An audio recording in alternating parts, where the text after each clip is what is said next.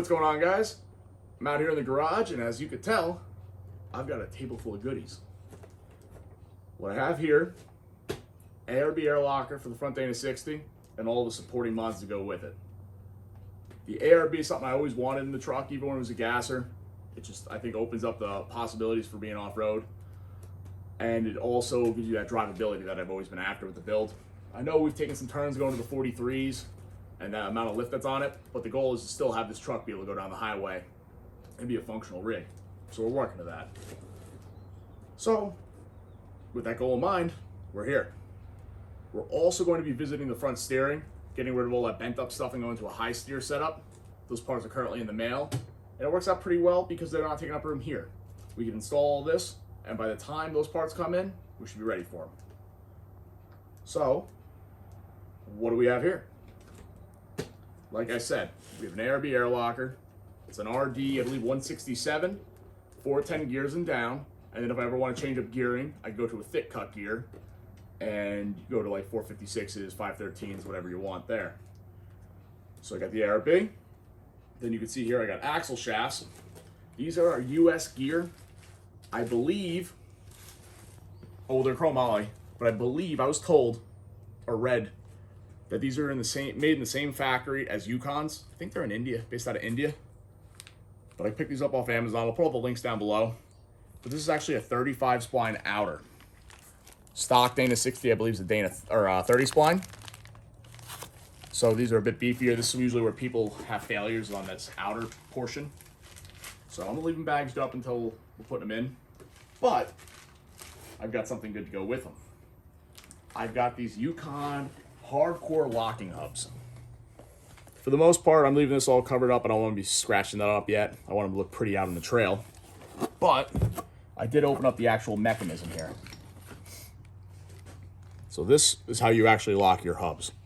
In your natural freewheeling state, this will be spinning, spring loaded to push out.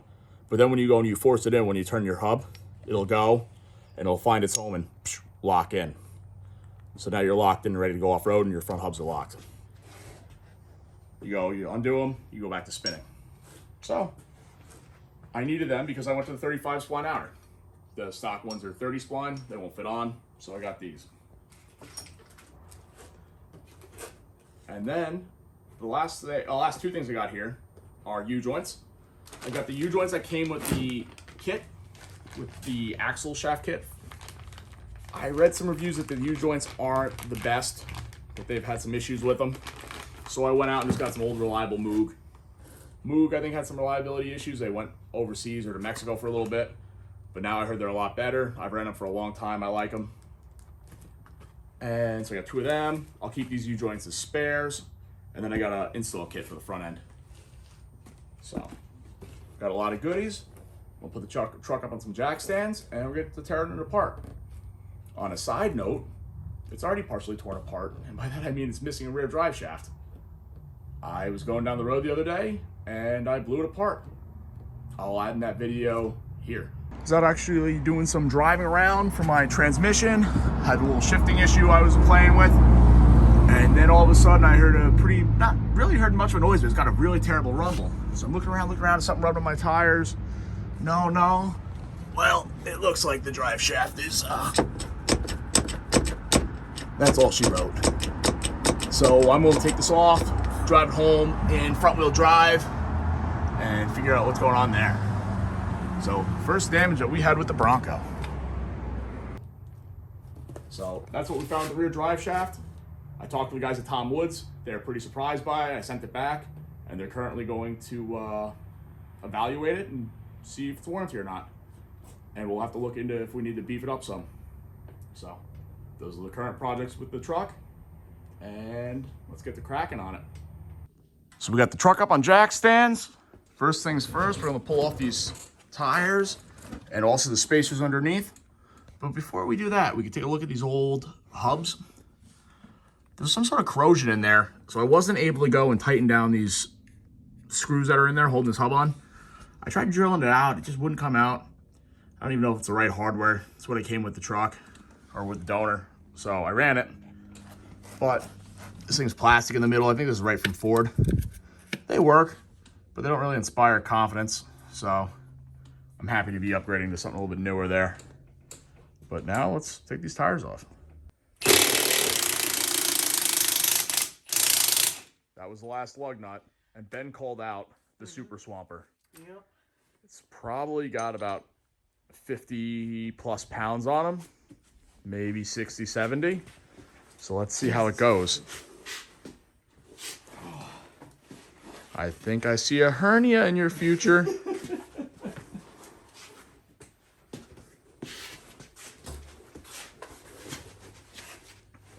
Probably.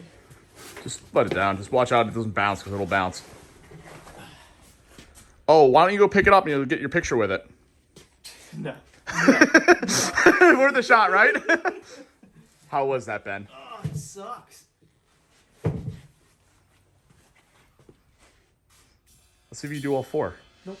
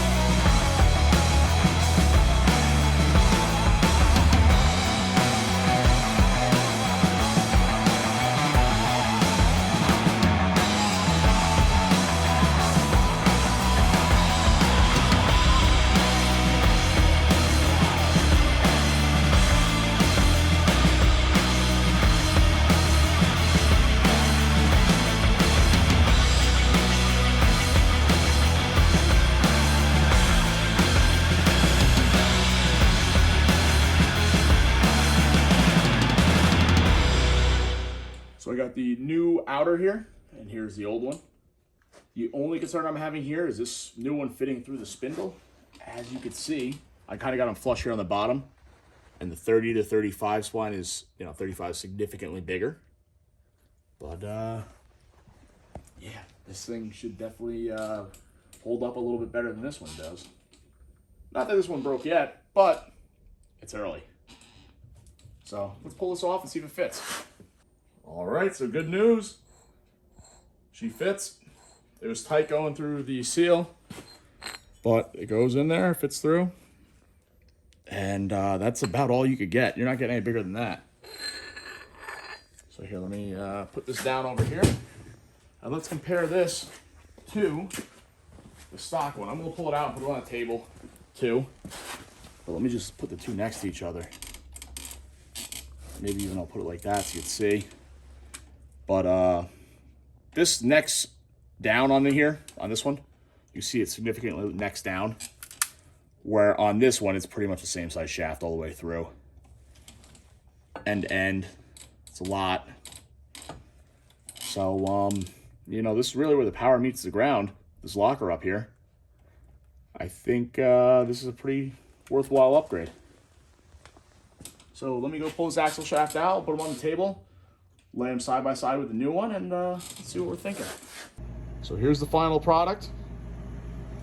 We have the new Chrome-Moly axle shafts versus the old ones. Both at 35 spline on the inner. You can see though, it looks like the neck's down on the old one. You also have a bigger seal ride on the new one. Over here, you can definitely see it neck's down. And then the U-joint mounts, I think, seem beefier on the new one. Also, you don't have any rust. Like over here, you can start to see it's kind of dipping down, eating down a little bit. And then here's where the real beef is. Here on the outside, 35 spline outer compared to a 30, plus that neck down in the actual shaft itself. This should go and take a beating, hopefully. So it's 10 o'clock on a Wednesday night, school night. We got work tomorrow, but we got a bit done. As you can see under here, we got the rough stuff diff cover off, all the steering, all the linkages, the hydro assist ram, and we're letting the diff just drain out. Like axle shafts are out, spindles are off, all that good stuff. Calipers are tied up on the leaves, and everything looked fine. Nothing really too mind-blowing, but we're getting ready for the install. But I think that's gonna wrap it up for today. We'll be back out here more tomorrow. And we'll probably pull out the diff and get ready to go put in the new locker.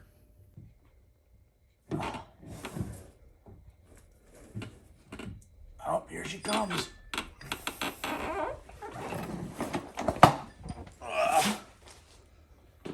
Ooh. They came out pretty easily compared to the last one I did. Let's see if I can... All right. And this is the orientation of everything we had. These little tabs came to the outside. And also we marked them with C's. The C here matches one on the housing that's facing up. And this top, it's on the top of this, so this goes up. And then on the other side, we have a C facing out on the top side, which mounts, goes and faces up to one of the casing as well. Those were both stamped in last time we rebuilt this, so we'll just use them again. All right, so we're at the point of building up these differentials. On the left here, you have the ARB air locker. This is the open unit I pulled out. I got my 410 gear set. I'm gonna swap that over. And then there's a little bit of a difference on how these shims go in. On the OEM unit, the shims actually go under the bearing. And from what I'm reading, I guess on these shims go outside. You press on the bearing first, and then you have your shim pack on the outside. So that's pretty cool.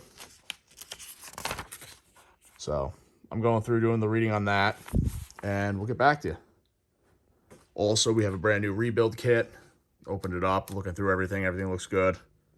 There's a gasket in the bottom of these two. It was a little bent up, so whatever. We'll straighten that out or get a new one. But it should be good. Slowly going together.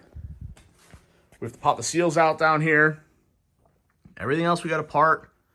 But we're looking at doing a little bit of other work while we're here too. I've got a new knuckle coming in. The knuckles will be machined for high steer. So the high steer should be mounting about here. Go across to there. You know, my Pitman arm. We got to watch out for that piece of the frame. But I think it'll clear.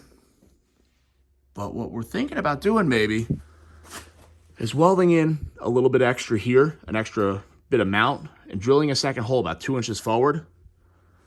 So we could go and move this front axle forward and get a little bit of our shackle angle back. And then we could play with it and be able to adjust it in between holes. And it'll do a couple good things. We'll also be able to go and put our track bar a little farther forward and probably mount it to this top tab to follow the angle of the high steer. And the only real repercussion of all this is we're gonna probably have to lengthen that drive shaft an inch or two. Other than that, there'll be some custom fabrication to get it all going, but I really do think it'll make this thing steer a lot nicer. All the bends in the steering were a little wanky, so keep us busy. And my hands are all greasy, so you slipped.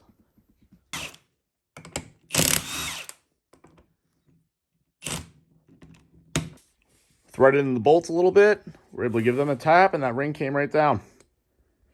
Now moving on to a little bit of assembly.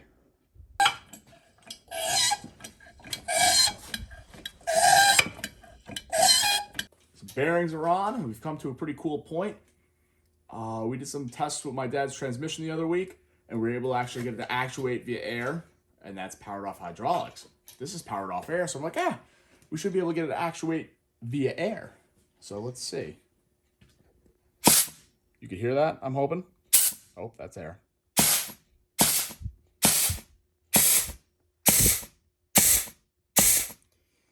That's our actuator going, so that's pretty cool.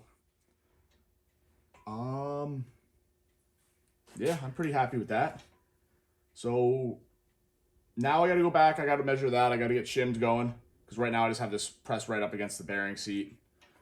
But we've got a working air locker now to get it into the truck. As you can see here, we're starting to have a little bit of parts piling up, and this just came in today. It's my replacement shaft from Tom Woods. I had sent back the shaft to him that you saw earlier in the video, the one that I had break on me out on the road. And there was some corrosion on the splines there, possibly a little bit of twisting. It's hard to see deep down in that spline. So they were great. This came to them on like a Thursday. They had it looked over by Friday, and the following week, within a few days, they had a new one sent out to me. And then I have the new shaft, which I'm gonna leave bagged up until it's ready to install. I will say though that we are waiting on a few parts. We're waiting on some new seals for the ARB install. Those were gone, and I cut them up a little bit, installing them. When I pressed on the bearing, I kind of hit the upper bearing mount, the lip there. So it was a little jagged. I thought I stoned it enough, but that wasn't the case. So I had a little gouge in the seal, so I bought replacement ones. The ones I had probably would have worked, but I didn't want to get that far and have to replace them. I'm also waiting on my knuckle to come in from machining. I bought a knuckle and sent it out there specifically to be machined so it'd come back quick. And it turns out the knuckle that was sent out there was from a Dana 50. The guy I bought it from said they're interchangeable. The company says they're not the same. So they might work, but not for that application. So we'll have to see. So I just sent out my knuckle yesterday. Should be about 2 weeks until it gets back. All right, so I just pulled the breather out. As you can see, it wasn't breathing. It's clogged solid. And we're gonna go and drill a hole for the airline. I'm probably gonna drill it right up in here. It's a nice spot where she go through pretty easily. And you can access it really nice right here on the top. So let's do that. Okay, I got my hole in. I had this handy dandy drill block that I was putting on here to try and get my hole square. And yeah, so we got it tucked up in there. There you go, you can see it right here. And now I'm gonna tap it. And this is the hole for our drain, or for our vent. So I'm gonna get a new fitting for that as well. First things first, I think I showed you yesterday, but on top of that diff is a freshly tapped hole for an airline, and I replaced my breather and the hose. The hose earlier was filled with water. It didn't have a loop on top, and it only went to about there. I now have it running all the way up, and that right there is the breather hose. So that shouldn't be getting any more water in it. Now, I just disconnected the drive shaft right there. I'm going to disconnect it from the transfer case, pull that out, grease that up, make sure that's all good. And then I'm going to be pulling the shock out, shock tower, and my track bar. So we have an exciting day ahead of us in the garage.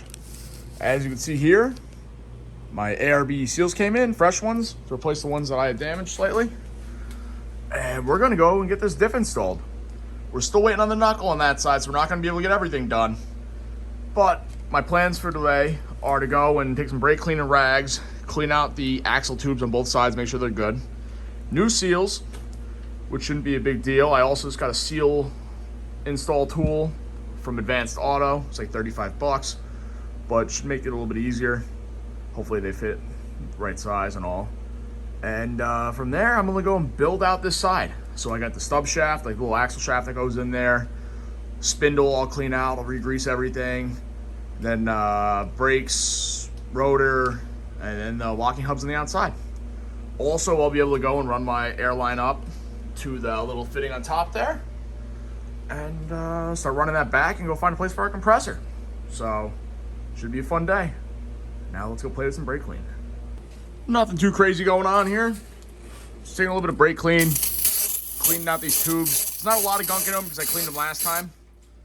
And then I've been going and taking a rag, folding it up and just shoving it through the pipe. A few of those on each side, and these should be good enough to go and say they're clean, I would think. All right, just a few more of them. There's definitely a bit of crud in here after pushing it all in from outside in the tubes and also from drilling and tapping on the top of this. So, got to be careful to get all that out.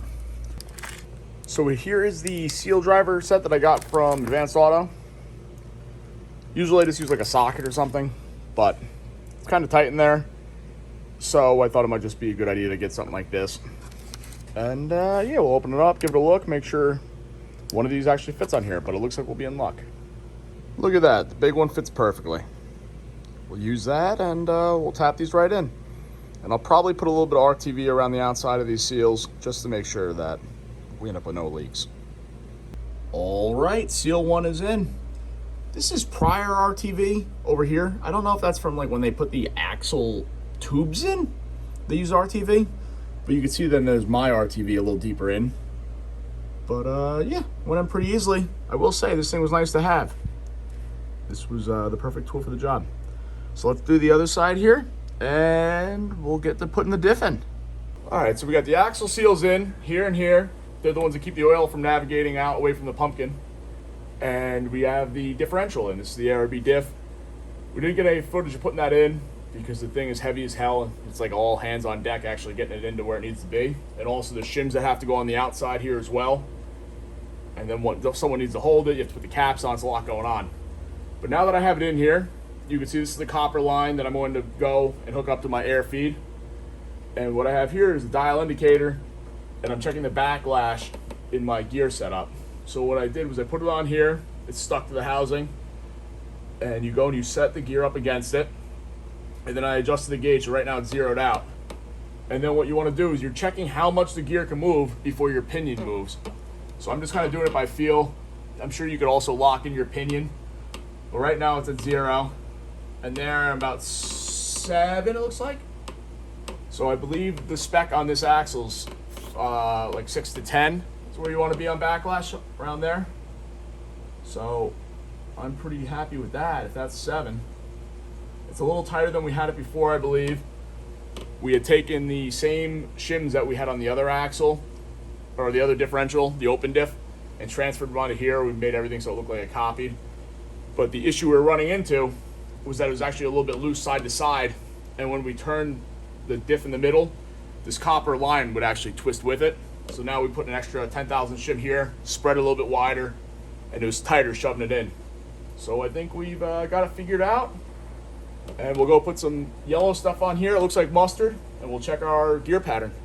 So yesterday we checked our backlash. I put on my marking compound, and as you can see, it looks pretty good.